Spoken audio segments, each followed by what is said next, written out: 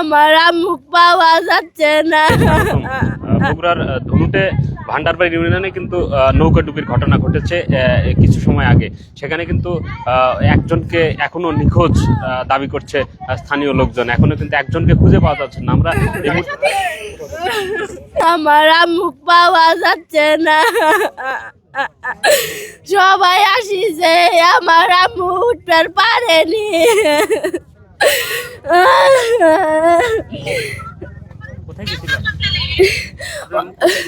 আমার আম্মু সরে কাজে গেছিল সকালে। যাচ্ছিল, আমরা ধরার চেষ্টা করতে পারতেছি না।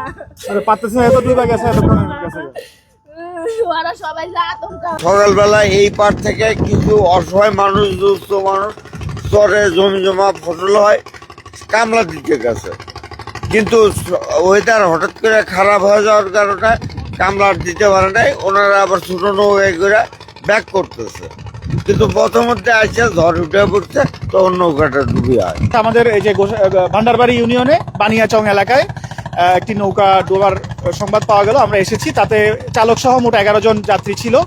তো সেখানে আমরা 10 জন উদ্ধার হয়েছে, একজনকে আমরা পাচ্ছি না এবং উদ্ধার কার্যক্রম আমরা পরিচালনা করছি। আমার সাথে ফায়ার সার্ভিস এবং পুলিশ এসে উপস্থিত হয়ে চেয়ারম্যান সাহেব আছেন। আমরা আশা করছি একটা পজিটিভ কিছু হয়তো পাওয়া যেতে পারে।